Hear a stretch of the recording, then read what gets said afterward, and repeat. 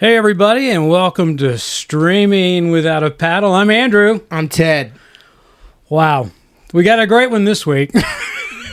Yeah. That's my opinion. It's a great one. Yeah. Raymond and Ray on Apple TV, starring Ethan Hawke and Ewan McGregor.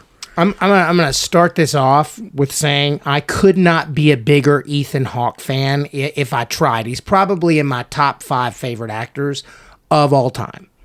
Going into this, I was not a big Ethan Hawke fan. I mean, matter of fact, I saw the Jimmy Kimmel mean tweets. Yeah. Okay, this one summed it up. I wrote it down because I don't want to paraphrase this because this was perfect. Ethan Hawke seems like a guy who wasn't supposed to be a movie star, but he slipped through the cracks, and everyone was just like, "Okay." Okay. That's funny. It is funny. And to me, that was exactly what it was. I mean, after training day, I just, I didn't. Did you see Black Phone? I didn't know because you know what? I turned off of Ethan Hawke. And then when he did Magnificent Seven, that was like a big wad of icing slapped down on the cake of I don't like Ethan Hawke. And then we turned around and what was that Disney? Oh, the Moon Knight? Moon Knight. I didn't see Moon Knight, but I heard he was good in it. Oh my. Was he bad? It just, again, now we got even more icing on the cake of I don't like Ethan Hawke, all right? You don't like the Before Sunrise and all those movies? Didn't know. Man, who am I looking at? He's like the king of good independent films from the 2000 Boyhood. I tell you, after I watched this movie, and I thought he did a great job in this movie. His performance in this movie was a lot better than the movie itself. His performance in the movie was the best part. It was. This is the type of movie. I said it to you right before we started. This is the type of movie that we are supposed to love. But because it's got a story behind it. It's got all the elements. It's got 2 of the best actors. Ewan McGregor. I love Ewan McGregor. Yeah. His American's a little funny though. It's always like this. Yeah, exactly. But he's a good actor. So the fundamental problem with this movie is none of the characters do you want to care about, except for Ethan Hawke because he's so ornery. And then you find out all these things that happened to him that made him like this, and you're like, he's the only character you feel for. Yeah. I do not feel for the father. Let's give a rundown of what the movie is about. Yeah, all right, go ahead. You take the ball. Okay, so there is this man named Harris. He has died, and his son, who has had a DUI, does not have a license, and is getting divorced, goes to his half-brother's house, who is basically almost the same age as him, and talks him into driving with him to see their dead father because Ethan Hawke doesn't want to see the dead father. He hates It's the funeral. It's the funeral. They're going to bury him. But what you learn as you go about is this man who was this, that was part of the problem with me for the movie is I'm not seeing any proof of why he was so terrible. But he was a terrible father. He has 7 kids from a bunch of different women. He was married 100 times. And all the brothers kind of show up to dig the hole for his body. Oh yeah, well that was, and it's going to be a little spoiler here. Is that a spoiler? Well, no, I don't think that's a spoiler per se. But what I'm going to say is a spoiler. The father was so cheap. Oh yeah, that he got that even though he had made his funeral arrangements, prearranged his funeral service, everything, and he made his final wish was that his children would dig his grave. Yeah. So there's no backhoe. It's Ewan McGregor and Ethan Hawke alternating turns in a hole for about 45 minutes? Yeah. I mean, it is that's why I was like, oh, did I spoil something? No, that movie. That's it right there. That's the movie. That's it. This movie would have been This is the most play-like movie that I've seen in a long time. Do you know what I mean? There's like, you could do this as a play. You're absolutely right. I didn't even think about that, but you're absolutely right. It would have 3 locations. You would do the stage the left, opening. stage right. Yeah, and in the middle, they're digging a hole. No, yeah, you nailed it. That's exactly what this was. This was a play adaptation for film. It's crazy. You barely ever feel that way because, I mean, Before Sunrise and those movies that he's great in and I really enjoy are like that too. But I think because the camera is like a third character and it's moving the whole time and they're moving the whole time, it doesn't feel like that. Yeah. But this was overall just like, I wanted to like it so much. I did too. And I was like, struggling. Besides Ethan Hawke, I just couldn't find a thing. I don't think the writing was great. I actually think the writing was bad. Yeah. And the direction was fine. I thought the story and the purpose behind the story was excellent. I loved it. You know, when it started, but you're right, the writing was horrible. Because you don't know, again, and this is not really a spoiler, because it's about 2 brothers finding out the truth about a parent that, you know, and it wasn't pleasant. No, and there's the best scene in it. Both the best scenes have Ethan Hawke in them, but the scene when he's in the car and he doesn't want to go dig this hole, and I'm going to ruin something. I don't really care. So basically the father... yeah, you're not going to watch this movie anyway, so you might as well... Yeah, the father had banged Ewan McGregor, his son's wife. Right. And that's why they got a divorce. So Ethan Hawke in the car doesn't want to go dig this hole, and he's getting kind of ornery. And he goes, I don't know why you're digging the hole. He fucked your wife. And I laughed out loud because he turns around and Ewan McGregor goes, "Shut up! Shut up! You're an ass." I would have laughed so hard at that scene. That was, again, I am not, or I wasn't going into this movie a Ewan or Ethan Hawke fan, but his performance, the movie's him. I mean, the movie's him. I mean, it's his performance. Just, you can ignore it. If you're going to watch this, I don't know why you would. Yeah. But if you're gonna watch this, you're watching it for you or for Ethan Hawke's performance. And I was disappointed with Ewan McGregor, but you're right, his American comes off a little. It's in every time he does it. Yeah, every time he does it.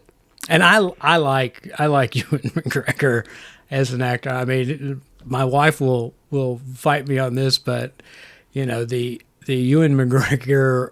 What is it? Star Wars 4, 5, and 6, which is really 1, 2, and 3. Yeah. I thought he was a great Obi-Wan. Wait, isn't he in that new Obi-Wan Kenobi show? He is. And, you know, the thing about those shows, and it comes across, is as you realize, and both of us having backgrounds in the industry, you know when you have a movie when you're filming something that you have room and time to play. Mm-hmm. You know, you have, and I know this goes against the Scorsese rule, but those shows are cut so quick. I mean, it's like if they do 1 take, maybe 2, done, move on. Because there's, it's money and time. It's a series. It's expensive. The sets are ridiculous. And we're talking about the Obi-Wan, or I'm talking about the Obi-Wan Kenobi series on Disney Plus. I like them, but you realize there's no opportunity for any of the actors to actually do their craft. No, because we have 4 setups. We got to crank through these 4 setups because this is a 1-page scene, and boom, boom, boom, everything's set up, stand-ins are there, and go. Yeah, right. Don't mess up. Don't drop a line. Go. And the other problem that I have with shows shot like that now, these mini series, is that they bring in different directors for every episode. And so I think you lose a lot of the connection between the artist and the director. Mm-hmm. When the artist remains there for episode 2, but there's a new director in. And so it's like, oh, hey, we're starting over again. That's exactly how it is. And yeah, and then episode 3 rolls around, and oh, guess what? There's a new director. Here, hi. I mean, nice to meet you. In my experience on set, when I've done multiple episodes of something, once you're cast, they're not really, the direction is just like, do your thing and like maybe pick that gun up more, put that Coke bottle down at the, I liked it better when you sped up a little. You know, that's about all there is. Yeah. There's no like, let's talk about your character development. Well, but over the time, you know, back when I did episodic television from a production standpoint, not as an actor, you know, the director was there. You know, I shot a number of 6 episodes pilots early on in my career, and it was the same director for all 6 episodes. You know, you come in and you bang, bang, bang, done, we're done. Mm-hmm. But you can tell by the 3rd episode or so that, you know, there's a chemistry between the director and the actors, whether that chemistry's good or not. So, you know, with the Obi-Wan series on Disney Plus, I liked it. I like the series. I like the Andor series. I love what they're doing with those offshoot stories of the Star Wars saga. And but it's Ewan McGregor does not put in a Ewan McGregor capable performance in those shows, and I understand why. He's phoning it in. Well, you know, yeah. I mean, they're you know, kind of like the last Indiana Jones movie. It was like, oh, Harrison Ford. You're like whatever about this. Oh, I didn't see that. So yeah, but I mean, that's I get a spoiler. You. I get you. It's just like, yeah. Sometimes people are like, yeah. You know, the last show that I produced was a reality show, but we had the same director throughout the series, except for 2 episodes, and it was 13-episode series. And so we brought in different directors. And even directing a reality show, there was just a total loss between the family that we were working with on their lives when the new directors came in. Yeah, because you built up a trust and a working ethic. I mean, I don't know, like, for when I was doing, when I was just doing that Women of the Movement, every episode had a different director. And some were fast, and some were slow, and some were nice, and some were not. And then if that affects you as an artist, though. It has to. Yeah, I mean, at that point, I don't say much in that show. I'm just, like, the most... just eye candy. Yeah, I'm the most expensive... Like, all the episodes I shot are all the court episodes, so it's like, we're the most expensive extras that had to be guest stars ever. But it was like, yeah. I mean, they were all very nice ladies, and everybody that worked on that show was super nice. But yeah, you're right. It slows it up a little. Yeah, well, you know, speaking of, we'll get back to Raymond and Ray here. Big Game of Thrones fan, and I came late to the party on Game of Thrones. Yeah, didn't you say you watch it like once a year? Every winter. Winter's coming, man. Winter's coming. And we just wrapped up House of Dragons, and that was awesome as well. But when we finished Game of Thrones and we were watching the making of Game of Thrones, I told my wife when we were watching, I said, okay, she's like, how do they shoot that? I mean, because, you know, a third of the episode is in the north, beyond the wall, in the snow, and then a third of the episode is you know, in Spain or where I forget the fictitious name of the country was, and then there's King's Landing. So it was a third, and a third going through. And I said, well, it had 3 crews. I mean, if you're asking me as a producer how you're shooting this, is you've got 3 different crews, and you know, they're tying it all together. But what I didn't realize was that when they were, you know, the crew that's beyond the wall up in the north in the Antarctic area or wherever they were, they had different directors for almost every episode. In that, the director didn't stay with them. And then the director in the Spanish locations, he was different. And they were different all the way through.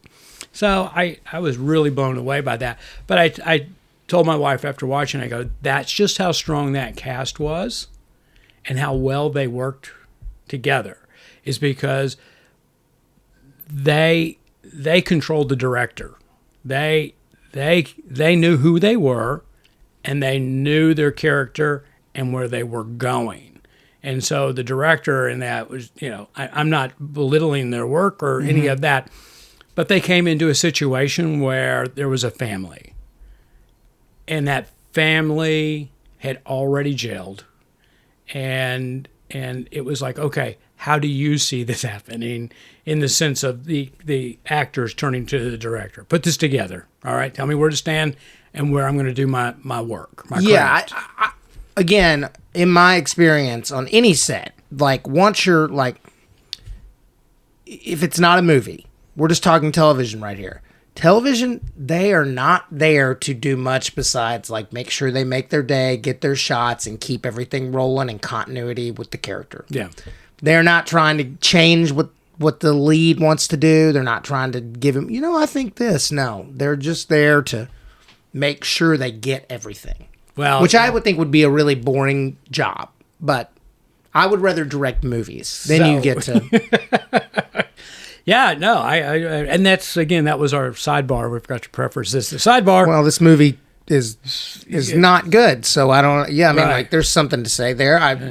Yeah, I mean, if you're super bored, I had to watch it in 3 sits. Again, I did. Wow, I must be a glutton for fun. I get in and I get out. I mean, I don't wallow in something I don't like. Well, I just had a lot on my plate last week, and I got in. I'm more not. We're not going to tell you. I'm not going to spoil it, but I'm more excited about the next 2 movies we're going to watch. Oh yeah, Yeah, those I'll probably rip through pretty quick. yeah. No, those are sit downs. But anyway, the direction in this, I thought the director did a great job for what he had to work with. I mean, honestly, the camera work was great, the cuts, and all that. But and again, I was shocked by Ethan and saddened by Ewan's performance in this. I love the story that they were trying to convey, but I didn't like it. I didn't like how it unraveled. I don't like when they do flashbacks in movies, but I really needed a couple flashback scenes to him being it's as a writer. I've written some stuff. Yes. As a writer, I think I would have forced myself to put that in there because as is, we just have these 2 brothers complaining at each other about how awful this man was. But then in the same right, there's all these random characters that I really loved. Your spirited father. And also the dialogue was written so weird. Yeah. No, it was again, love the story and thank you. The writing, it just didn't work. That the preacher, the one good part was when the preacher started talking out and Ethan Hawke was in his mood and he just was like, is that a catchphrase you got there? Do you just come out with all that? And I was like, then after he did that, railed off like 6 catchphrases. Maybe that's what it was. Maybe the reason I liked Ethan Hawke in this is because this is the first project I've ever seen where his character had the firmest grip of reality. Really, because in Training Days with Denzel, he was lost. I mean, he was scared. I'm going to die. He didn't understand that reality. In Magnificent Seven, he was fighting some unknown evil that I never really. Can I give you an Ethan Hawke movie to watch? Okay, do. I'm going to write. He's had this whole horror renaissance, right? And he's in this. The Black Phone is a great movie. I got to see that. So the Black Phone, I think you're going to like. Okay, he's real weird in it, and like. All right, Black Phone. Must watch. What I want to say about that movie, because there's nothing more to say about Ray or Raymond, so we're going to give you some suggestions. The Black Phone has the best in 20 minutes of like any horror movie I've seen in a while. It's just like tension, slow tension. Oh, what's going to happen? And then it's like, boom. And you're like, whoa. See, and I'm not into the horror genre, and we've watched a bit of that lately. But That's just a good movie that just came out. but yeah, it did. It just came. No, And it's by the guys that did Doctor Strange, the first one, which I Right. like that one. yeah. I like the new one too, but a lot of people didn't. And then they did this other horror movie called Sinister, with Ethan Hawke's first horror movie. That's hardcore horror. You don't want to watch that. Yeah. That movie scared me. Well, I tell you what, when I got through watching Raymond and Ray, this is how impressed I was with Ethan Hawke, because I had written him off.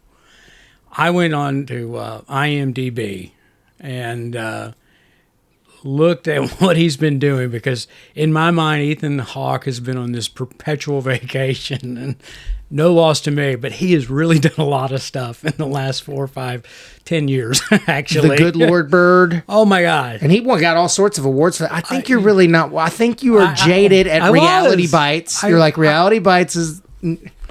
Yeah, Reality Bites. I did not. There was another one. I was just like, great. I love that movie, but his character in that movie is kind of hard to root for. 'Cause Yeah. he's so negative. I Super just, hipster. Again, Ethan Hawke seems like a guy who wasn't supposed to be a movie star, but he slipped through the cracks, and everyone was just like, okay. I don't think that's inaccurate. I don't I either. mean- That's why I wrote it down. I think he would probably look at you and be like, yeah. Well, in mean tweets, he kind of agrees with it, you know. Yeah. But like I said, I was really impressed with his performance in this movie. I bought him. I bought his character. I bought everything about him, and I had to go on and look to see what else he's been doing. Assault on Precinct 13 remake he did. He was good in that with Gabriel Byrne. That's a good movie. Because I'm gonna have to go and I'm gonna have to pull something up. I promise you, this we don't have to discuss Black Phone because it's after Halloween or whatever. But like, I want you to text me after you watch it. I bet you like it Okay. because it's just And I don't like that genre. you don't have. That's fine. I mean, no, but see, I'm a guy who can sit down and watch something and take it for what it's worth, and not like the genre. I just think that's not as hardcore horror. I mean, what it is about a guy that's abducting children and Yeah, I read the synopsis of it in his basement and the whole thing. Right, And it's just this. It's weird and it's a cool ghost story sort of thing. But like, the lead kid's good. It's good. Ethan Hawke is really good. Well, I'm gonna watch it. There's no question about that, because I'm an Ethan Hawke fan now. There we go. And I'm sorry, Ewan. I need something from you that's gonna Wash that taste out. resurrect you. You maybe. So, I watched the Pinocchio movie that he was in. He was Jiminy Cricket. He was pretty good as Jiminy Cricket. I didn't see that. I mean, you don't need to see it. I mean, you can but skip he was, it. It's good. Yeah, he was good. He was, Well, like I said, I don't mind watching. I've enjoyed watching Obi-Wan for what it's worth, and I thought his performances in that are great. They're good.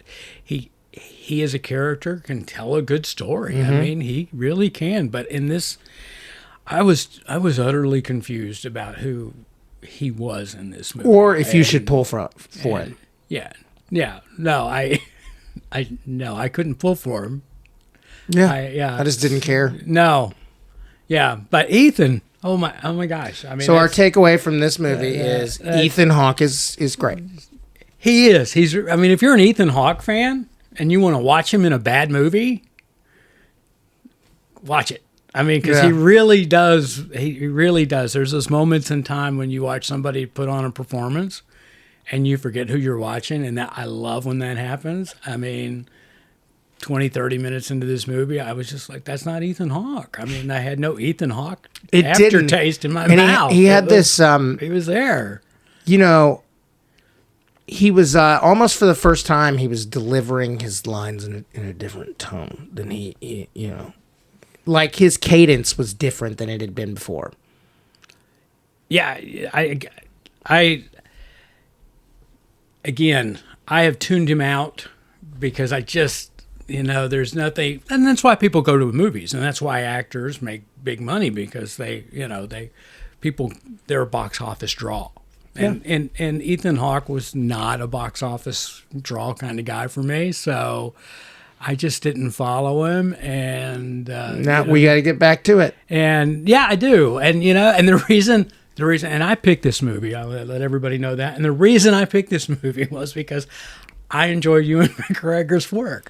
I was like, okay, let's see what this guy can do in this. Not much. It was kind of, and no, it was a total flip flop on the roles. So, but anyway, now if you like Ethan Hawke and you want to watch Ethan Hawke and what I would consider a different from my limited Ethan Hawke experience, he's a whole new person in this movie.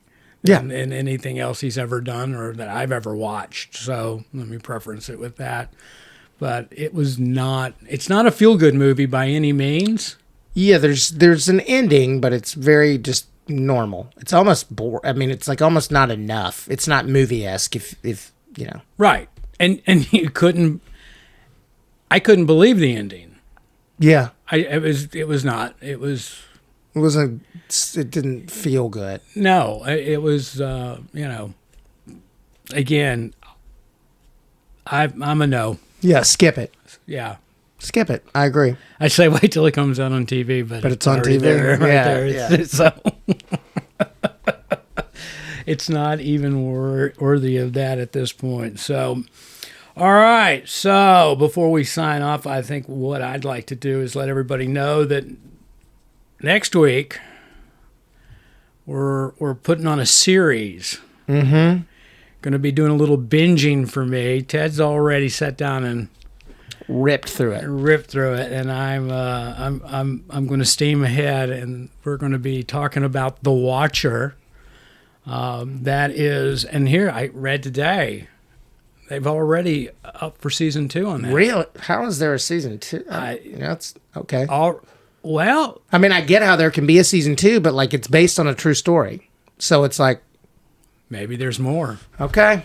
Maybe I don't know. I read it online today in one of my entertainment pop-ups, and I was like, all right, it must be good. I got to watch this. So. Well, I'm curious to hear your thoughts. All right. I'm Andrew. I'm Ted. Thanks for tuning in to Streaming Without a Paddle. We'll see you next week.